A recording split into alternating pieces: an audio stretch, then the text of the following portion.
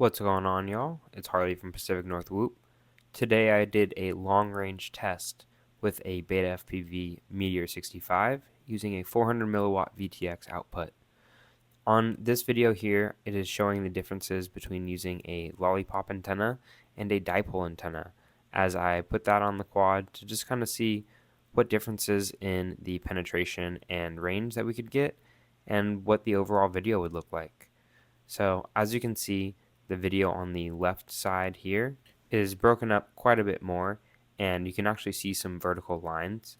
And the reason this is broken up a bit more as we're getting further and further is this is the dipole antenna. So even though I have a linear patch on my goggles, the dipole is really only able to support so much range and penetration before it starts to flicker and have those weird kind of striations throughout the screen. The Lollipop antenna, on the other hand, has a really solid strength with only some banding happening like once in a while, and it's actually clearing up quite a bit as I keep pushing it out further and further. I'm even able to see the power lines and go under them as I'm all the way out here, whereas in this, on the other side, the dipole, you can actually see the power line go through struggle, and then I get a bit of video back.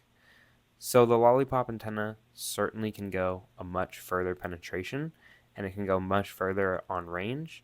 However, I will say that the weight overall is quite a bit more, so that is a drawback to it. Especially on these little 65mm whoops, you truly feel that, and every gram counts. So adding on this antenna adds, I think it's like 1.2 grams in comparison to the dipole, which is quite substantial.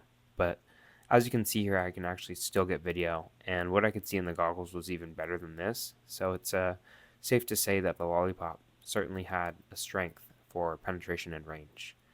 On the way back, I started to get the video back to both of the dipole and the Lollipop pretty quickly, and it stayed very strong, which is really cool to see just how strong the penetration is on the way back. It actually seemed like the dipole, the second I turned around, had immediately gotten better. And the reason this is it probably is actually facing upwards and facing towards me a little bit more. So otherwise, when it was facing the other way, the antenna is probably, instead of facing directly up, is facing a little bit at a probably 45 or so angle. And what that does is it creates a donut of antenna kind of range. And so where I was standing all the way at the end of the street, kind of had a little bit harder of a way to get into that donut.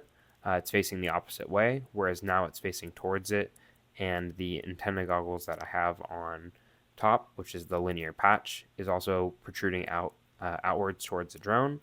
With the dipole, it was able to immediately get that signal back, and then the Lollipop, because it's a right-hand circular polarized, that actually had a regular clover antenna on my goggles and was able to link to that pretty well. So while I don't have a necessary RSSI band strength for both of them, I can kind of tell which one is using which antenna because of this, and get a better range test pretty much using one antenna to one antenna, the Lollipop to the right-hand circular polarized and the dipole to the patch antenna.